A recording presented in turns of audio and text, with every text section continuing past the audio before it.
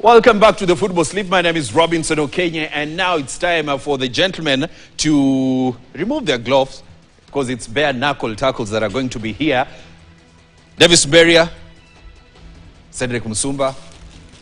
You know, there are people that get excited when they see new things. Daniel Kariuki and Hassan Jima. But before we continue the conversation, let's take a look at this week's sleep. We have a number of games on the cards. Remember, Kariobangi Sharks will be taking on Mathare. FC Leopards host Shabana. Arsenal will be at the Emirates taking on Chelsea. Manchester City at the Etihad will be hosting Brighton. Liverpool take on Newcastle in the Carabao Cup final. Leipzig in Bundesliga take on Borussia Dortmund. Atalanta will be facing Inter Milan. Fiorentina take on Juve. Atletico Madrid will be facing Barcelona, and Sevilla FC host Athletic Bilbao. Those are the matches that we have on this weekend's sleep. Now, I want us to do something, but very, very quickly. I want us to recap the week that has been. So, kila moja na mtupia moja moja. But before we do that, Hassan, karibu. How are you feeling? I'm good. Watu wetu wa Star Times wametuletea goodies. Ndio naona bana. Kariuki is excited. He's very excited. Moved to Bundesliga. Ameacha Premier League. Ameenda Bundesliga. Yeah. Ameacha Premier League. But then let's quickly recap how the week was. Beria, tuanze na Benny McCarthy. He named his he had his first training, of course, for the national football team. This was the local based players. Amesema he's very impressed. Amesema kwamba yupo tayari na ameridhishwa zaidi na wachezaji walivyocheza, lakini kikuu ambacho aliguzia zaidi ni kwamba haja kuwa mojawapo ya wale ambao waliweza kukuja na orodha ya kile kikosi ambacho kiliweza kuchaguliwa. Alitegemea zaidi benchi la kiufundi, akiwemo Francis Kimanzi ambaye ameteuliwa kama mwelekezi mkuu wa benchi hilo la kiufundi, kwa kimombo kwamba anasema kwamba technical director. Kwa hivyo kwake anahitaji kuona kwamba unajua umesema kwa kimombo that you faced Hassan. Kama you want reference. Yes. Kwa hivyo nahisi kwamba pakubwa hii ni hatua yake ya kwanza kuwajua tu wachezaji kando na kuto waona katika vilabu vyao. Kwa hivyo kwake pakubwa kikosi ambacho kimeweza kutajwa hakina zaidi mchango wake mkubwa. Yes, we'll be waiting to, of course, for his input probably after the World Cup, the 2 World Cup qualifiers. Now, once he gets to know Kenyan players fully, then that will be done. Now, Arsenal was in action in the Champions League, and they got a massive 9-2 aggregate win against PSV, and now they will be facing Real Madrid. Now, let's move away from Arsenal. Let's go to Real Madrid, and they knocked out Atletico Madrid from the Champions League on penalties. Cedric Musumba, 120 minutes in the second leg. Amukufunga bao. It just worked as according to the script, and no one actually expected Real Madrid to find it easy against Atletico Madrid, given the extent that it was a derby that has been tested severally across the season, in which Real Madrid has been unable actually to break that low block defensive kind of nature of Atletico Madrid. And again, coming out like victorious, it was another kind of a celebration, as if they have won UEFA Championship, given to the kind of let's say challenges they faced against Atletico Madrid, and also the kind of controversial that really marred that particular match is the kind of any aspect value that any fan would love to look into.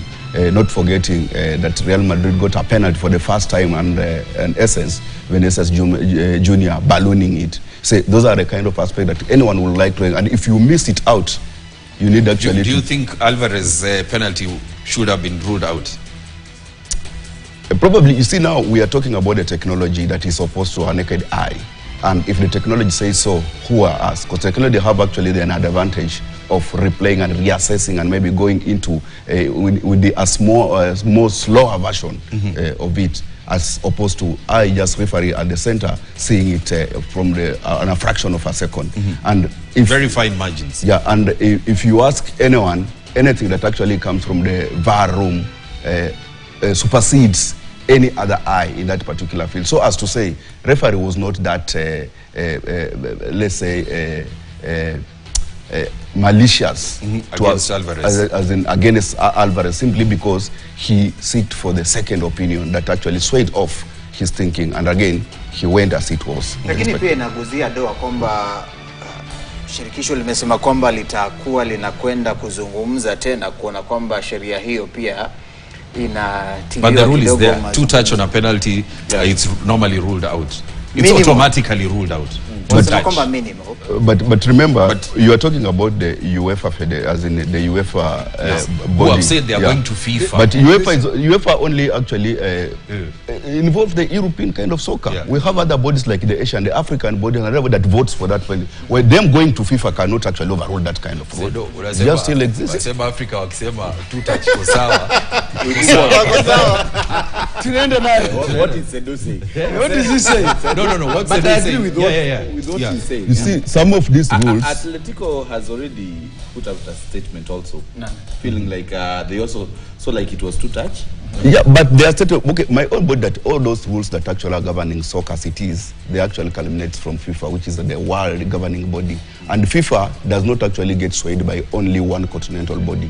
FIFA actually have to vote for some of these rules actually to be put in place. And people have to sit down exactly. and deliberate. So they have an opinion of putting whatever they think on the table of FIFA, so FIFA to interrogate, but does not actually supersede all the laws that exist in that particular constitution. Yes, the other big team that was knocked out of the competition this week was Liverpool. They lost to PSG. Of course, there is some revolution that is happening at the Parisans ground. And of course, some people feel that what Luis Enrique has done with the French side is something phenomenal. Remember, they are playing some good football at the moment, and they managed to knock out the team that everybody thought that will go to the final. That is Liverpool, who will now be watching the Champions League from home, just like you and I. Now, Mutua Murima, Manchester United was in action against Real Sociedad. Yes. We thank the Lord we are not going to be watching on TV. But you will be watching. You will not be playing. Who told you? You will not be playing in Europa. Who told you? You are playing in Europa. But it's Robbie said UEFA, every Liverpool were trying actually to trace the course of UEFA finals. Liverpool So as they are go home watching UEFA as other team proceeds to final, you are not in UEFA Championship. No, we are in you are in Europa. So as you will watch UEFA finals from your living room. Okay, he has asked about Europa. Vicky, Kaka, tuko hapa. yes. Manchester. He has asked about Manchester. Yes. Follow what we are doing in the show. Manchester United won the game, and I think it's a game that was very controversial, and there are claims that the referee was not fair. Those are claims by Cedric. Oh, you just said it out. Yes, I think claims. There are claims that the referee was not fair to the to Real Sociedad because of the red card, because of the 7 yellow cards given to Real Sociedad, and also because of the two. If you look at do your research, yes, that referee, and you also ensure you are telling me that. Yes, this is yours. Yes, that referee who officiated the match between Manchester United and Real Sociedad is a very strict referee. So the number of cards is dished out as so many. He's actually given 16 penalties in 25 Exactly. When talking about and Manu was not there. You brought in some very, very, very important statistics that I tried to tell Sedo during the day, because it's a conversation we had during the day. I was telling Sedo that a rule remains that. If it is a foul, it is. It's a rule, You cannot change it. It's the discretion of the referee to either give the card or not. In fact, he almost awarded Manu a penalty. Then Dog was like, I know it's we won't sit and watch as the show is being controlled by Manchester United. Real Madrid. The only thing that we can agree upon, we are coming from an environment of watching one of the world-class soccer in the UEFA Championship. That was one of the classic, the classic kind of nature that anyone could have really said. Real Madrid. No, listen. I'm pressing my point. I'm prosecuting my point. And when I prosecute the point, I need to build my point for you to understand. I'm bringing that course back to your understanding. And what I needed you to understand is, when you're watching Atletico Madrid playing against Real Madrid, there were so many hard tackles that went unpunished. Those tackles, if are actually to be mapped to whatever we saw against Real Sociedad against Manchester United, if this referee was the one who was supposed to be there, then maybe yellow card would have culminated to 20. So as to say, there were no consistency. Those referees, both of them, are coming from UEFA, and they were actually trying to apply UEFA rules into those particular matches. Let me ask Sedo. The referee can decide to give a yellow card even naona kuna makosa yamefanyika. Is it? And he can decide not to give. Is it? Yes. But rules remain the same. But there's some level of consistency. What in consistency? Applying these rules. But you don't apply rules because because you feel that kwamba haukufaa kupeana yellow card, haufai kupeana. No, if it was a foul, it was a foul. That you feel that should not have stood. Yes, I will give you one example. Not necessarily. Out of the four. Listen. Out of the four? We are the argument was not all about the goals. The argument was that this referee actually flawed the game. He did not bring us the value of enjoying the game it's supposed to be. And I will give. My question is, out of the 7 yellow cards, support my point. Let me support yellow card that was not genuine. Now you are not allowing me to make you understand. The red because you have already this fixed kind of thinking. It is not being fixed. You know, if you allow, is there. That's why I need to bring. Okay. No, I need to bring you to understanding. In 10 seconds. In 10 seconds. Yes, I will tell you this. We have a game that has got 9 yellow cards. 9 or 7? 9 yellow cards. 9 cumulatively. Out of 9, we have a team that has actually been slashed with 5 yellow cards plus a red card. And you expect this team to continue giving the same magnitude, the same competitive nature with a team that is actually carrying 3 yellow cards. That cannot really necessarily work. Because a yellow card is a caution, and it gives you a caution that if you continue tackling that game much more harder, you will get another yellow card that will culminate to red card. Sedo, you see? I raised my leg, mpaka hapo. Thank you. So as to say, let me give you a vivid example. If you watch a game against Real Madrid against Atletico, right? Mbappe was brought down in a box. That referee, instead of giving a red card, he slashed out a yellow card and a penalty. But now, and the person who brought down Mbappe was the last person. Which I agree, but now, how does it... Wait, before you move to Dennis. Before you move to Dennis, point about this is yours. I want to move forward. This is a present for your son. But you know what happens? It will calm you down. There are people who do not want Manchester United to win. But unfortunately, Manchester won. Glory, glory, Man United. That's where the problem is coming. Glory, become a neutral. No. Sedo went to watch that. Sedo went to watch that. With a fixed mind. He came here with a fixed mind. No. Switch off their mics. Calm down. So, this is where we are going to. Of course, we are moving away from Manchester United. Let's move to Tottenham Hotspur, making inroads silently in the Europa League. They got a 3-1 win against AZ Alkmaar, and now they move into the quarterfinals. Very, very impressive. Now, aside from Tottenham, I want us to take a look at some of the big games that we have this weekend. Atalanta will be hosting Inter Milan, a team at the top of the table. Aside from this, that is in Serie A, Fiorentina will be taking on Juventus. Another game that is going to be very, very exciting this weekend. And now, aside from this that is happening in Serie A, we move on to the other big match that we have this weekend, where in La Liga, Atletico Madrid, after being knocked out, will be hosting Barcelona on Sunday. Well, it's going to be very, very interesting. Now, let's move away from La Liga. We get into the English Premier League, and the Arsenal will be at the Emirates taking on Chelsea, a side that got a 1-0 win against Copenhagen yesterday. But aside from this, the other big match in England is the Carabao Cup final, and it's between Liverpool and Newcastle at Wembley. It's going to be very, very interesting. We'll be waiting to see who comes out as the winner in that time. But let's go back to this weekend's sleep and see what we have. The fixtures, that is Kariobangi Sharks will be at home taking on Mathare United. FC Leopards host Shabana. In Machakos, Arsenal at the Emirates take on Chelsea. Manchester City will be hosting Brighton. Liverpool will be battling Newcastle in the Carabao Cup final. Leipzig versus Borussia Dortmund, very spicy. Atalanta versus Inter Milan, also one to watch. Fiorentina take on Juventus. Atletico Madrid host Barcelona, and Sevilla take on Athletic Bilbao. Now that we are done with the push and pull, they know, put their mics back on so that we can continue. So let's get to the predictions that we have for this weekend. Tuanze na Hassan Juma. I don't know why you are being punished because of hatuwezi ongea sisi sote.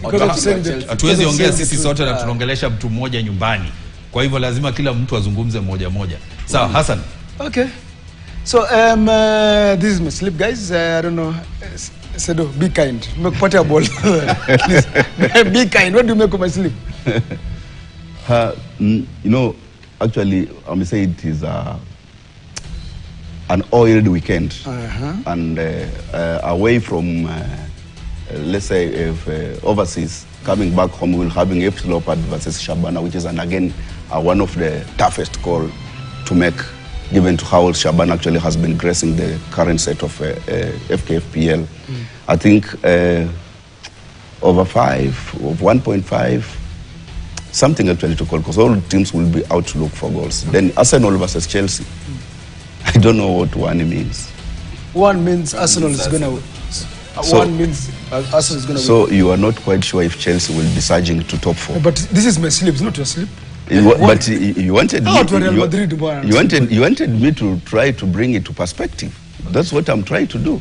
Chelsea actually has been in a very good kind of recourse, trying actually to reclaim its lost stature. And if you go by how it has been playing of late, they will be fighting so hard to find themselves in the top 4, which and again can call it for a draw according to me. Very, very tough match. They'll be at home. Just rate him.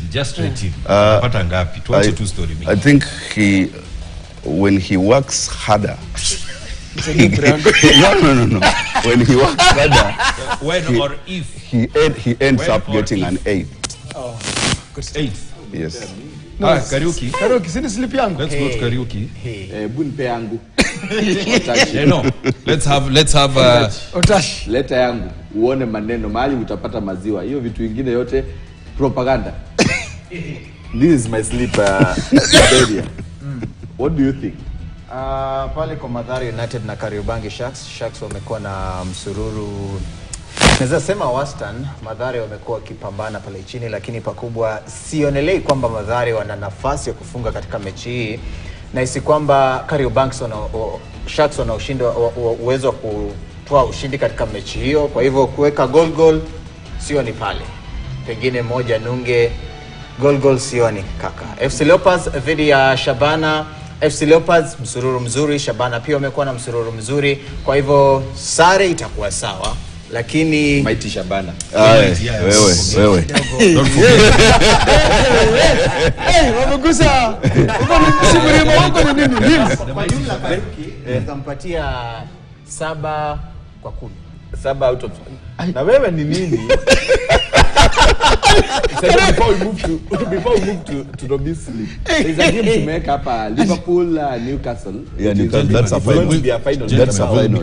That's a final. Because we have. But I wanted to ask maybe. Tunakuja kwa hizo games because no, the GG. The GG is 90 minutes. We are coming to that game because we have the big games that we are going to talk about. Nataka tumalizane na sleeps. Mberi amekurate 7, Sedo na kurate ngapi? 9. 6 bwana. Mimi naona ukipata 5. 5, 8 and 7. Nimeka kwa nini? 6, 5, 6, 7. Haya. So Kariobangi Sharks versus Mathare. Lakini Robinson 1.5. Bro, sindio ushinde. Leopards, Shabana, of course, hapa itakuwa na magoli. Arsenal versus Chelsea, I feel Arsenal are at a better place to get a win in this tie. City versus Brighton, City wamekuwa kisuasua, so kutakuwa na mabao. Liverpool, Newcastle, definitely goals. Leipzig, Dortmund, you can't miss goals in that tie. Atalanta, Inter is going to win or draw. Fiorentina versus Juventus, Juve or draw. Juve have to recover from that whipping they received last week. Atletico versus Barcelona, mabao. Sevilla, Athletic Bilbao, mabao. Sedo, utapata ngapi? Mpe 10 basi. Atletico Barcelona. That's a nice prediction. Both teams will try as much as. You know, this is one of the easiest way of actually whipping other guys who are trying to handle the Sedo. No, we are looking at the sleep the way it has been. The viewer is watching. Anataka mahali akiwekelea. Anavuna. Hata hizi pota fair kuja kwa ofisi. Wacha niulize Sedo. Jamaa wanasema I'm playing safe, but they've been taking risks. Have those risks ever delivered? Sometimes.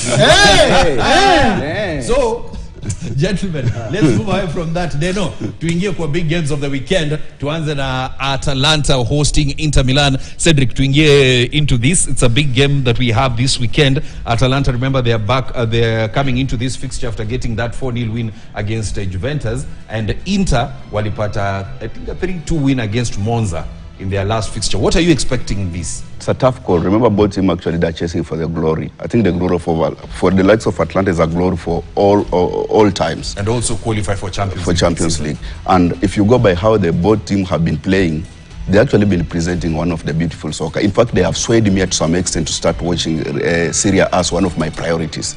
You find me elsewhere that I may be switching through my screens and finding maybe this relegation type kind of team playing. I will always be on Serie A, so we can as well as meet in Italy.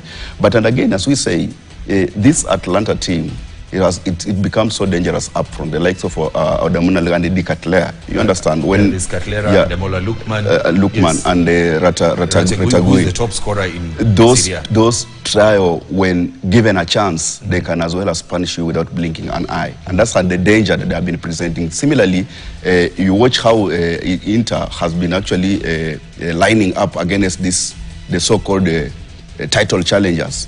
They have actually been presenting a very solid midfield in between. They sometimes even trying to push like 5 players. One thing that has been very interesting about Inter Milan, when you take a look at when they play the big teams in Serie A, let's say they're playing Napoli, they're playing either Atalanta, they're playing the 4th place team, Lazio.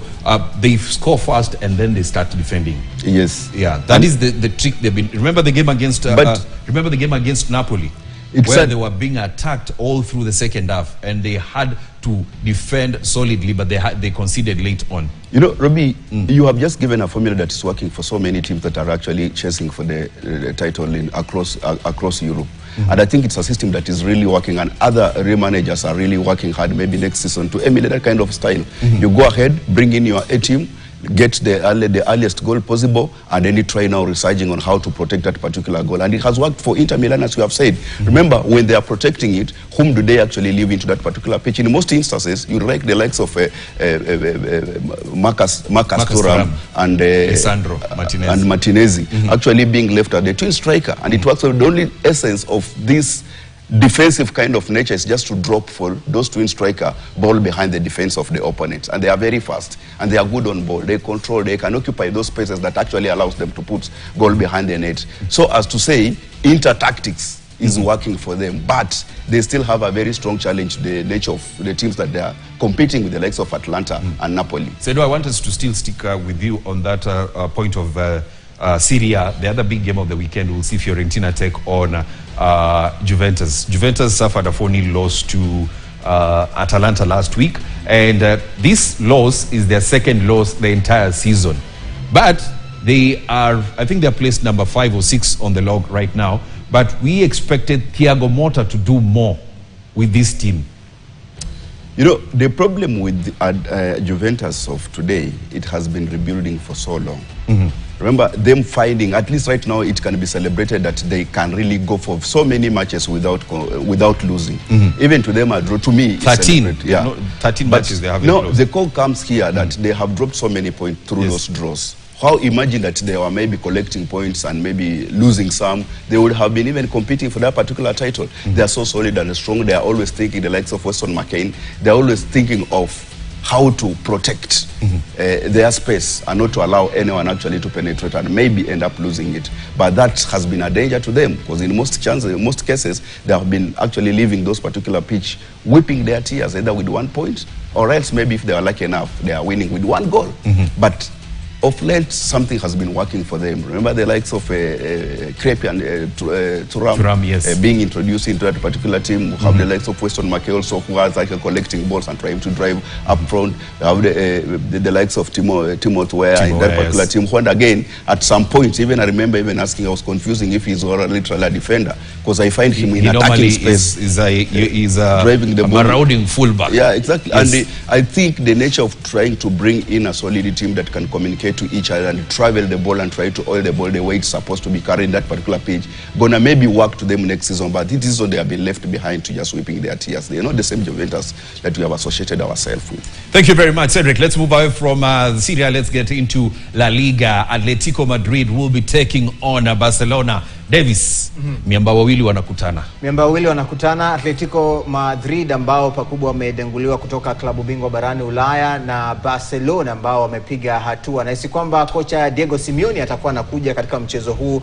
pengine akibadili kikosi chake vizuri na kuweza kuangalau poza yale makovu ambayo amepata katika klabu bingwa Ulaya. Kwa hivyo iwapo Barcelona watacheza jinsi walivyocheza klabu bingwa barani Ulaya, kikosi chao kichanga, mzungumzie Lamine Yamal ambaye mchanga zaidi amepiga bao katika klabu bingwa barani Ulaya, iwapo watacheza kasi ya kushambulia kutoka pembeni, na iwapo Atletico Madrid watacheza walivyocheza dhidi ya Real, kufunga na kuweza kuzuia, wanasema kwamba kuweka mchezo wa basi kule nyuma, Barcelona hapa ndani watampiga Atletico Madrid mabao mengi zaidi. Unajua unafanya Daniel Kariuki anasikia vizuri, but Kariuki is not going to be it's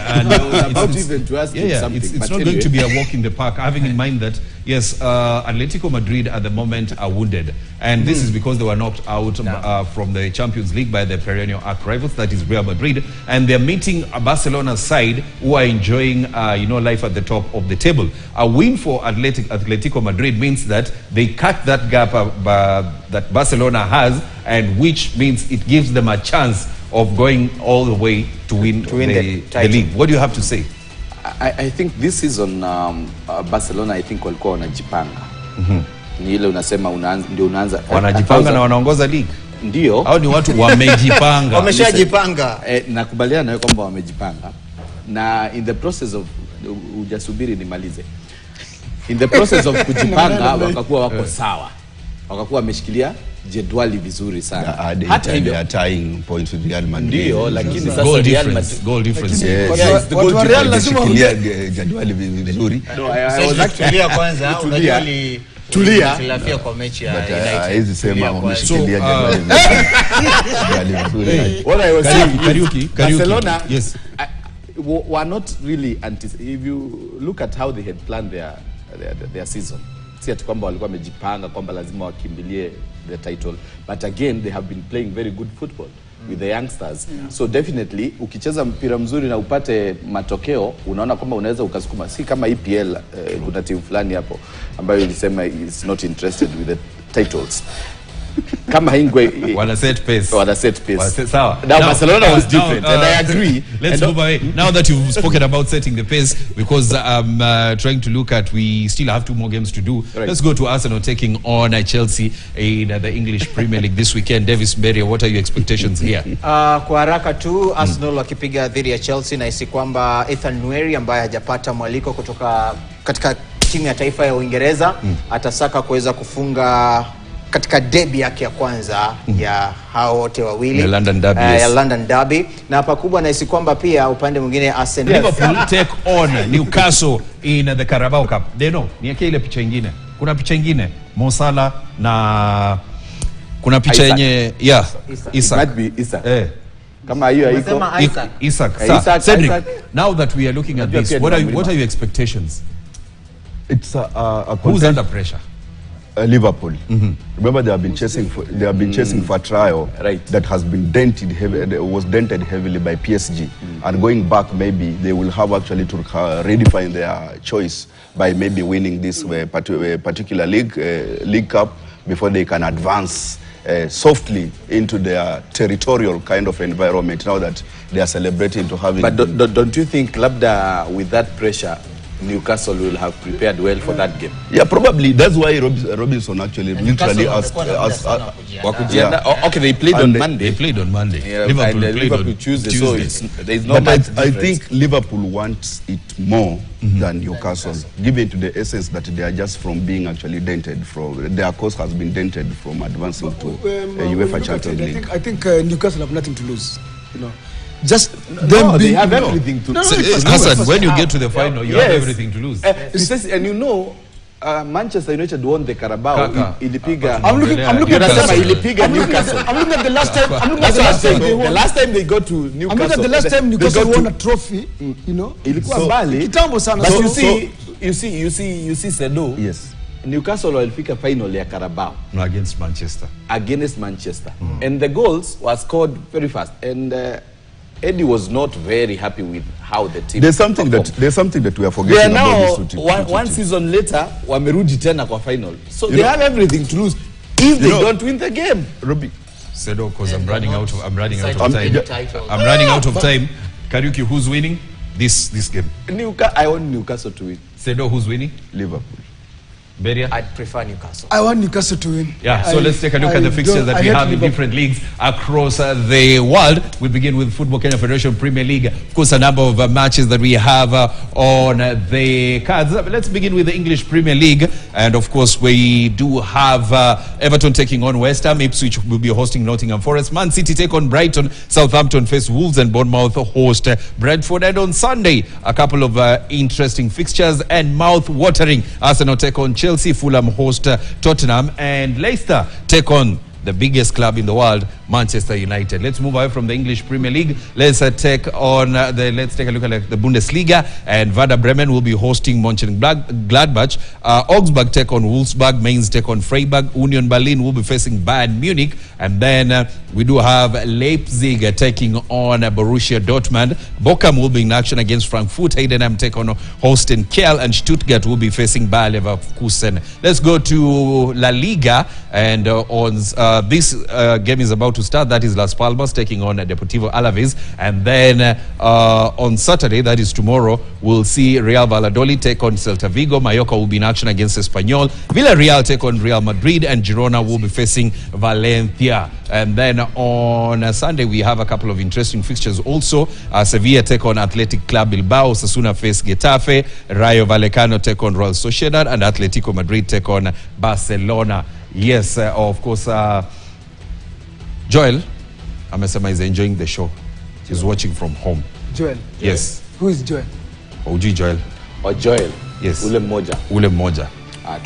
Hassan si lazima mjue. But of course, Beria, 5 seconds, tunafunga show. What are you looking forward to this weekend?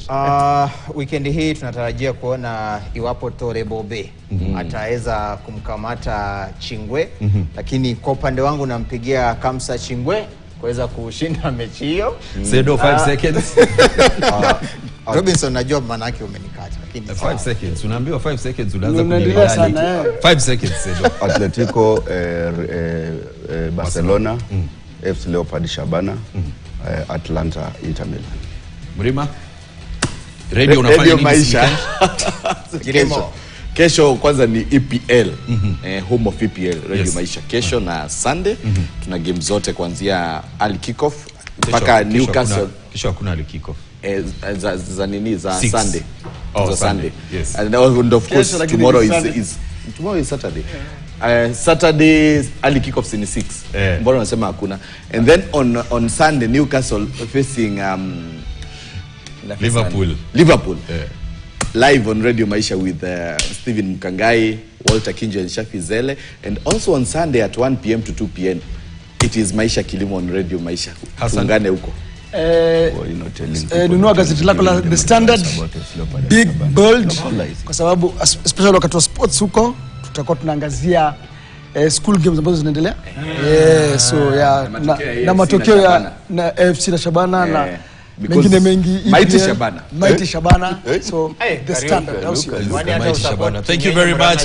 Of course, Davis Mberia, Cedric Msumba, Daniel Kariuki, and Hassan Juma. But that is where we wrap up Football Sleep tonight. My name is Robinson Okenye. Have a good night.